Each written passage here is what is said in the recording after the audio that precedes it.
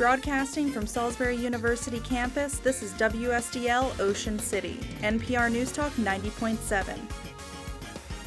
Putting Delmarva first.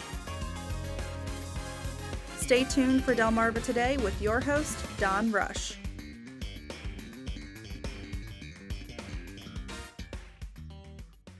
Want to learn the ABCs of Berlin? It's been called America's coolest small town. Welcome to Delmarva Today. This is Don Rush. There is a new illustrated book by that name, which celebrates 150th anniversary of the famous town and photographs and illustrations, using, of course, the entire alphabet. Its author and illustrator is Joanne Guilfoil. As a university professor, she says she has taught the satisfaction of illustrating an idea with more than just words. And she's in our studio this morning. Welcome to the program. Thank you for having me. So let me ask you, first of all, how did you decide to come up with this, or how did this project begin?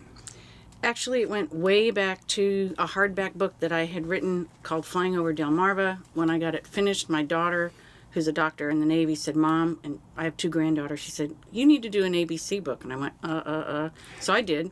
And I was in the process of walking around in Berlin and trying to figure out who would carry the hardback book, who would carry the ABC book, because the center of the hardback book is all about the Banner planes and the Bunting family, and I thought, and they're a Berlin family, and I thought, well, this book should be in Berlin. So I stopped into Victorian Charm, got to talking to Steve and Debbie Freen, and Steve looked at me and said, "Well, what about Berlin? What about an ABC book for Berlin?"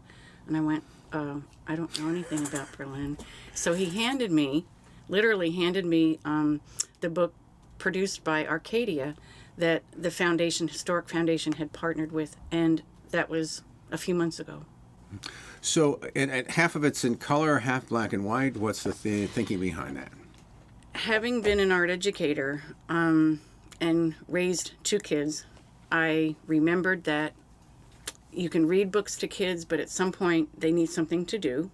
And I decided to, rather than have colored illustrations, which appear in some ABC books, I would use real, actual color photographs of people and places, but then also on the other side of the page, with the same alphabet letter and another object, have a page for kids to color, kids and or young adults and or anybody else. And so if they are young folks, of course they'll scribble.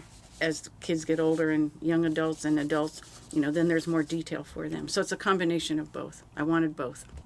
Now, as I was reading, you said that you were a reluctant reader when you were very young, but then you sort of picked up in 7th grade when art became a primary communication form. Tell me a little bit about that experience. Be happy to. I was not just a reluctant reader, I was a non-reader for many reasons, and I know that I was not alone, and still I'm not alone.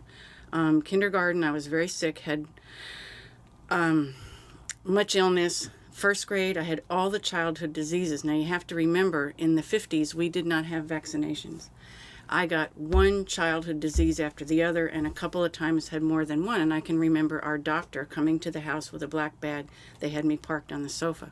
So I missed a lot of 1st grade. Oh, darn. Then, later in 1st grade, I broke my arm. Oh, man, my right arm. So that meant learning to write neatly was not happening. Another time, I remember being hit by a car, missed some school again, oh well. And by 3rd grade, we had SRA, which was colored strips in a box. You had to read and then do a comprehension. I never got out of the yellow. And if I remember right, purple and blue were in the end. By 3rd grade, we were writing book reports. I wrote one. I don't know how I did it, but I figured it out. It was a book of Cheerful Cherub. It was a book of poetry. And I turned in the same book report till 6th grade. One a year. I didn't care. Nobody asked. I didn't tell. In the 50s, we had group work, so I always did the artwork. I could do that. By 6th grade, it was over. I had a man teacher, Mr. Giorgio, in New York. I turned my little book report in. Can I tell this? Sure, I turned my little book report in, sat down. He said, "Joanne Kurz, get up here." Okay. He goes, "You didn't read this book." And I looked at him, I went, "So?" His ham hock arm went down on that desk. Everything flew up.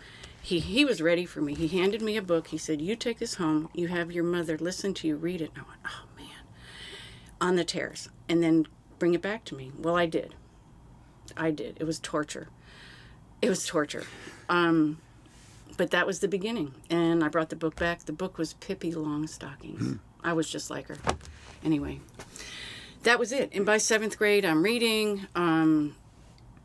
I did okay. There was a stint sometime in elementary school in New York. Both my mother and I got pneumonia badly, and we were both kind of quarantined in my parents' bedroom. And I remember somebody gave me Misty of Chincoteague, a hardbound book. I can still see the cover, the ponies, I couldn't read it. And that, I think, and then they also gave me pastels. And so here we are with pneumonia, coughing, hacking, and I'm cluttering up the air with pastel dust. I was drawing away. But that was, I thought, man, I need to learn to read.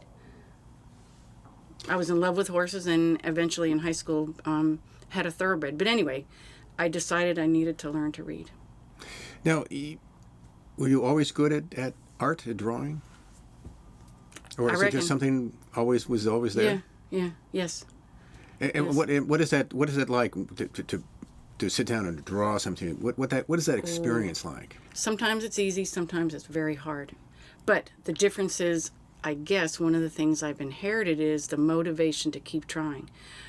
Painting, I do well, but it's also hard at times. Drawing, I guess I do well, but it's also very hard. But the difference is I keep making myself do it. I think that's the part that got inherited, not so much the talent, but the will to do it, the desire to do it well. So how do you come up with ideas? Things I on a rack card, I remember that my publisher was saying, look, you need a rack card, you need a business card, you need to do this. What am I going to say? And it just came to me. I love what I paint, and I love to paint. It's very difficult for me. I could never be a commercial artist. I could never support myself with my art, and thankfully I didn't have to do that. As an art teacher and then an art educator, I went to work, like all of you. My paintings, my drawings were what I did on my free time, and I will admit, this is May, the month of May. In my entire career, I looked forward to the month of May because my kids were in school, I was out, and I had a month to crank. I had a month to paint, to write, to get whatever I really wanted to get done until they were out of school the end of May. And you talk about this idea about teaching the satisfaction of illustrating an idea with pictures. How do you communicate that and how do students respond to that? I'll be quite honest. At the university level, when my elementary majors would come in and the art ed majors would come in, they were either scared to death or rather put out. And if they were scared to death, they're going, oh God, an art class, an art teacher. I'm going, wait a minute. And so my whole impetus was art as communication, or even drawing as another way to communicate. Mixing paint as a way, color as a way to communicate. And it seemed to work. And even now with adults, I teach painting in Berlin and Ocean City. And again, it's a mixed bag. I'll have so-called professionals and amateurs, but then I'll also have beginning students and sometimes homeschool kids. And it's the same, my attitude and my reason is the same. It's a way to communicate. It's a way to express yourself. Some of the larger paintings I did in the middle of my career, 4x4 foot, were autobiographical. You're looking at chickens, you're looking at racehorses, you're looking at dairy cows, but they were actually self-portraits. And it's not until you would really ask, what is this about, that the life stories would come out. So again, it's all about communication. That's all. So then tell me a little bit about how you decided to organize this book and why the alphabet? Two things. Again, it goes back to the ABC book that my daughter first said, Mom, you need to do an ABC book. And the idea was that, okay, if you have a substantial amount of text, data, information, surely there are objects that can be pulled out A to Z. Well, the hardest ones are always X and Z. And in the ABC book, X became X marks a spot, same thing in Berlin. And then you can use a map. Z was always about Z's, falling asleep. And there were pilots in the flying over Delmarva who were asleep because they were very tired. And in Berlin, I turned it around and said something like, it's not boring. You're not going to be going to sleep. But again, the A to Z idea was also to help people struggling to read, whether they're young children or adults. One of the things I did in Kentucky was work with adults that were having trouble reading, and they need, comic books don't always get it for them. Dick and Jane young reader books don't always get it for them, but something like this would have. So what did you do to prepare to do this book on Berlin? You walk around? What was the preparation there? Actually, probably it goes back, way further than that. Sure. In graduate school, and that is true for these others as well. In graduate school, we were trained in Oregon to do ethnographic research, and that meant being good at quick and dirty research, getting the content of what you need, but then also being able to talk to people, being able to be invited into their home, invited into their store, invited into their life, and have them tell you something that is substantial. Or to give you, in the case of flying over Delmarva, they gave me heirloom photographs. Same thing with Berlin. I was access to, thankfully, through Ivy, photos from town that I would not have been able to take because I'm not there all the time. Inside views into some of the merchant stores because I'm not there all the time. So again, the training goes way back, but on the street, you still have to be able to talk to people and be able to talk them into what you have in mind. And how did people respond when you were talking to them in Berlin?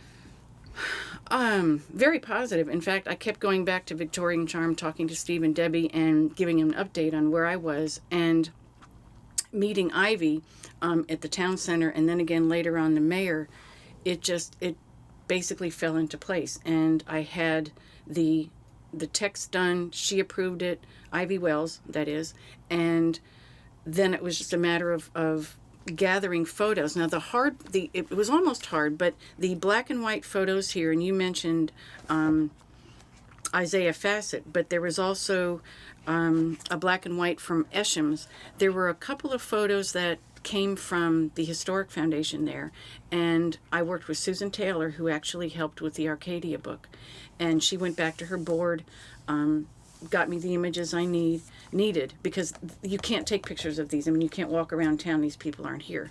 And what I wanted to do, and the reason for that, is I wanted it to be not only very current with things to do, but also a glimpse to the past. And I will admit, in all my years of coming to Ocean City to go surfing, I would go past Stephen Decatur High School. I didn't know who he was. I didn't know. I found out, though. And with my family being Navy, I thought, oh my gosh, look at this. And of course, we go to Stephen Decatur for car club meetings once a month. And I thought, I've learned something I didn't know. Describe what you learned about him, and that we're talking about him. Naval hero extraordinaire, but more importantly, a hometown. I mean, grew up in Berlin, grew up in what we now call Berlin, and went to sea. Now, you begin, I guess, the book with for the Atlantic Hotel. Tell me a little bit about what that was like. I mean, it's a intricate old hotel. Oh, it's so neat. Now, I actually hadn't set foot in it until I started working on this book. But the folks there were so friendly, and I was able to take pictures, but also use the ones that Ivy gave me. And I understand now that, the other day I was just looking at a menu that actually had chicken on it. And the menu was the kind of thing where you walk in and it's not a la carte, it's just what they're serving that day. And I learned that there was such a thing called the Drummer's Cafe, meaning as a salesman would come off the train, they were drumming up business. They needed a place to stay and they needed food. So this place has been here for a very, very, very long time. But it's so elegant and it's just lovely. I mean, you walk in and it smells like just fine dining. I mean, white tablecloth, white napkins, and I've only eaten there once. I hope to come back. But I think it would also be a very fine place to stay, just, right there in the middle of town. And right nearby, of course, we have the Globe Theater. Tell me a little bit about Right. your experience with that. Again, I was there only briefly a couple times. I would take friends and family to eat. I was there for a remembrance of a young lady who passed away. I would have loved to have been there in the day when it actually was a theater, but I think it's so neat that it is still used and used well by folks in town for a variety of of reasons. And I also, when I was there, and I didn't make the connection until working on this book, there are a lot of paintings. There's a lot of local art there, which I liked. One of the painters is Patrick Henry, and working on this project, I got to meet him and also feature him.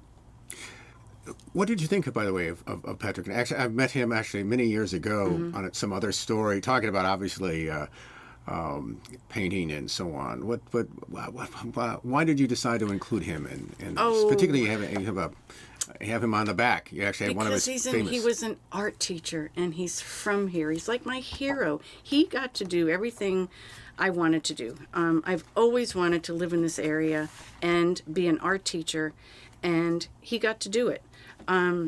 He taught at Stephen Decatur, and that was why I put the piece about him being an art teacher on the back. He had and still has a studio in town. He made a portrait of Reverend Tinsley, and I found the piece in the Welcome Center about him. But what a neat thing to do. And he's still painting. I went to go see him. I told him what I was working on. I think he must have thought I was crazy. It's okay. And he just happened to have a print. I bought it, took it home. I said, look, I really want you, on this book. And I said, this is how I would like to do it. And I think he was honored. I've been to visit him a couple times, and we talk painting. We don't talk this stuff. We talk what it's like to be a painter. Right. And it's hard. At times it's very hard. But he has stuck with it. He his idea is to show, the intimate sort of traditional views of Delmarva, and I think he's done it very well. Very well. Yeah, matter of fact, you have a quote from him at the end. He wrote something about talking about sort of intimate, nostalgic images, I guess. Of intimate, nostalgic images of the Eastern Shore, which, most people have in their houses. I think I did that kind of thing years ago when I was in high school, and I'll be quite honest, I think I got bored. But I do so appreciate that people are still doing that and do it well. Plus, he's just a fine gentleman. I admire him a lot. Now, you also talk about live music. There's a whole slew of festivals, bluegrass, amongst other things. How did you come up with the kind of illustration that you had? What attracted you to that concept? Well, again, it was Steve Freen. He had offered to have me do a book signing for Flying Over Delmarva, put me out, and here he was around the corner, and his guys were playing music. And I thought, I haven't been in this kind of environment in decades, where people are playing music on the street, there's stuff going on, people are shopping, walking around, eating ice cream. I thought, this is really nice. Very special, very special. And then, as it turns out, there are many other venues in town where music takes place day and night, and very open. And he was thrilled. When I was in there last week, he bought a bunch of these to give to the fellows and the gals in the band. He said they want to see themselves. And I thought, cool. So hopefully we'll do, I'll be back again, but on first Fridays, they do the art stroll, so there's always time when people are around. And then as the weather gets better, they'll be out there quite often. You also talk about the horse-drawn carriage. It's really very classic kind of image. Yes. Yes. And in terms of putting the book together, you asked me, how did you make decisions? Well, a lot of times it was what was an outstanding color photograph, what would attract somebody's attention, young or small, versus what could make, a pretty good line drawing and still be interesting, to work on. This one was hard because I really wanted to draw the workhorse and the carriage, but the photograph was just neat. I mean, you don't see that kind of thing very often anymore. And the nice thing is, in town there are still trees, because it does get hot, and the animals can cool off. So I thought, all right, put the peaches and, the Hale facility over to the side. But again, really nice to see Workhorse in town. And there's, you also mentioned talk about there's a sort of Victorian feel to the town, right? Right. And I think they've worked hard to preserve, that turn of the century kind of time. And that's what the Main Street programs are all about. My work in Kentucky was really all about architecture, and one of the projects, one of my interests was in helping the Main Street program in that state. And what that means is they get federal money, state money, to not just change the facades of buildings on Main Street, but really put money into an economic development into those venues as well. And again, I will be first to admit I don't know a whole lot about Berlin. I would pass through, on my way to Ocean City, I'll be quite honest. But from looking at photos, they have done a lot of work to create that atmosphere and keep it vibrant. So you also talk about festivals in general, the downtown. How did you capture those? Oh, I tried. Like I said, yeah. Short time period, I know for. Yes, and not, having not been from here and not being able to attend many, although I would plan, especially this year, to be around a little bit more. I know it's something, again, that Ivy and the town work on hard to bring people in, but they've already got their itinerary, and the list is like 12 inches long. I mean, there's something going on once or twice a month from January to December. It's not just summertime, it's year round. And the attempt is to bring local people, but also bring people in from out of town for a purpose, to have, a special event, a parade, a race, sometimes just a street fair. And it's an excellent, it's really a nice place for all those things to happen. Of course, speaking of events, we obviously have Oktoberfest. Burley Oak, who's got their craft beer operation there. What do you make of that? Right, and along with the bees is the bathtub race, which I still think is a bit odd. But yes, between Burley Oak and the craft beers and all these other things, it's almost like there's something for everyone. But again, with all these that are going on, also great family fun. And I think they've tried very hard and been successful in bringing families in. And the reason I say that, it was in the wintertime. I was doing a book signing at the toy store, World of Toys. And it was so neat to have dads as well as moms come in with little ones. That impressed me. I thought that was really cool. Now you mentioned about the bathtub races. And so just describe, by the matter of fact, this illustration that you got there.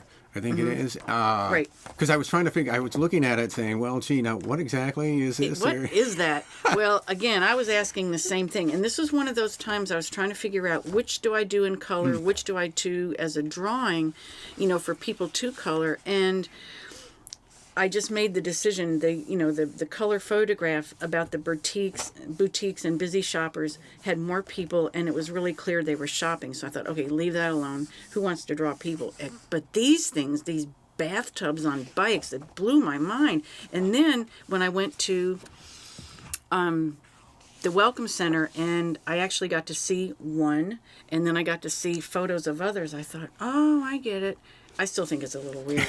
I don't know that I would do it, but they certainly have fun, and it, even just from the drawing, people come out.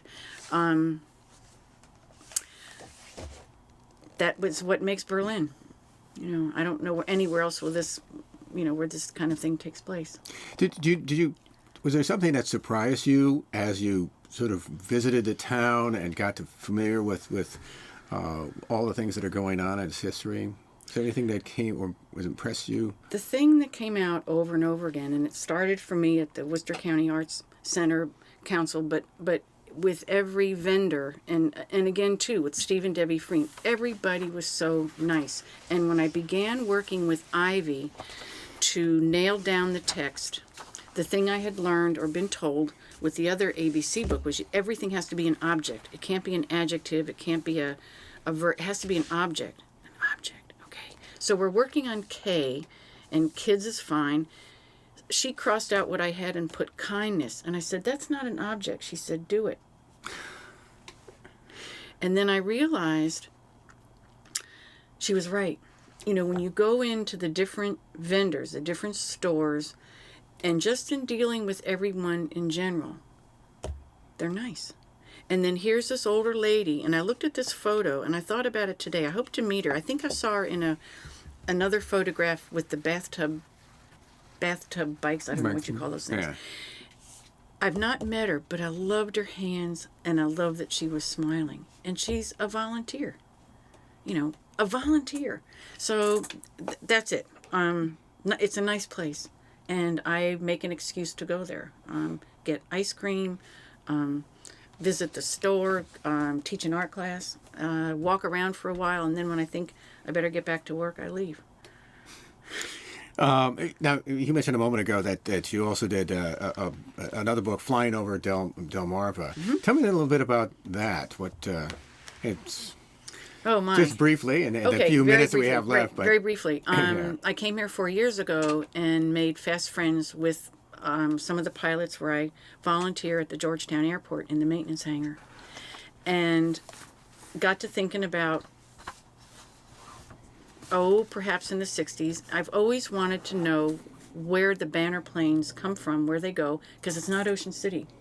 Everybody thinks they fly out of Ocean City. No, they fly out of a family farm in Berlin. So I started talking to them, asking questions, writing things down, and looking for a publisher. Long story short, within 6 months I had one, and within 8 months it grew from a book about the buntings and banner planes to, because they also have a spray operation, to other sprayers, what we used to call crop dusters, now we call them aerial applicators, and found a publisher, and within a year had a hardback book. But then I realized, this is real neat, what we call a coffee table book. But then my daughter said, Mom, what about an ABC book? And then when I got going on the drawings, a lot of people said, why don't you make a coloring book? So I did. So like one thing led to the other, and something to do, just something to do. So you have anything else planned? Are you like this kind of thing, or? Yes. What are you looking at? The publisher for this Berlin book and I are currently finishing. We're meeting on it tomorrow. One on Bethany Beach, because the gal that manages the bookstore at Bethany, when I was rolling in with Flying Over Delmarva, she said, "What about a Bethany ABC book?" And I went, okay. Well, that one kind of got derailed to finish Berlin. Right. One on Ocean City is on its heels. Should have been out last summer, but kind of got sidetracked. And along with that, when I get those done, I've started let's say we'll call it a coffee table book on chickens on Delmarva. And I'm working with the folks at DPI and Kevin Fleming. And I'm really excited. There is as much a passion of mine as anything. So you, how much time does it take to do one of these books? Oh, it depends on how much you give it. The Flying Over Delmarva, the coffee table book, was a year in the making, but I did nothing else. Cranked it. I don't know that I want to work that hard again. It was really hard. In the meantime, the coloring book and the ABC book were kind of a pleasure because I had already collected the photos and I just got to make drawings. I just had to find somebody to help me put them together. Same thing with Berlin. It was a pleasure. And the Berlin book happened in a couple months because it had to. Because this is 2018. This is the year it needs to be. So we worked hard to get it done. Deadlines do focus the mind. Yeah, it's hard when you're 68. It wants to do something else. Well, what can I say? We've been talking with Joanne Guilfoil. She is the author of Berlin, Maryland ABCs, and it's an illustrated book with lots of interesting photographs as well as interesting drawings, ones you can actually fill in with a little color if you proofs it. And I appreciate the fact that you stopped by this morning. Thank you so much for having me. This has been Delmarva Today. I'm Don Rush. Thanks for listening. Thank you for watching Delmarva Today, a production of Delmarva Public Radio. Production and audio engineering by Chris Frank. Hosted by Don Rush. For podcasts, visit delmarvapublicradio.net or subscribe to the Delmarva Today podcast on iTunes. Delmarva Today can now be seen on Pack 14.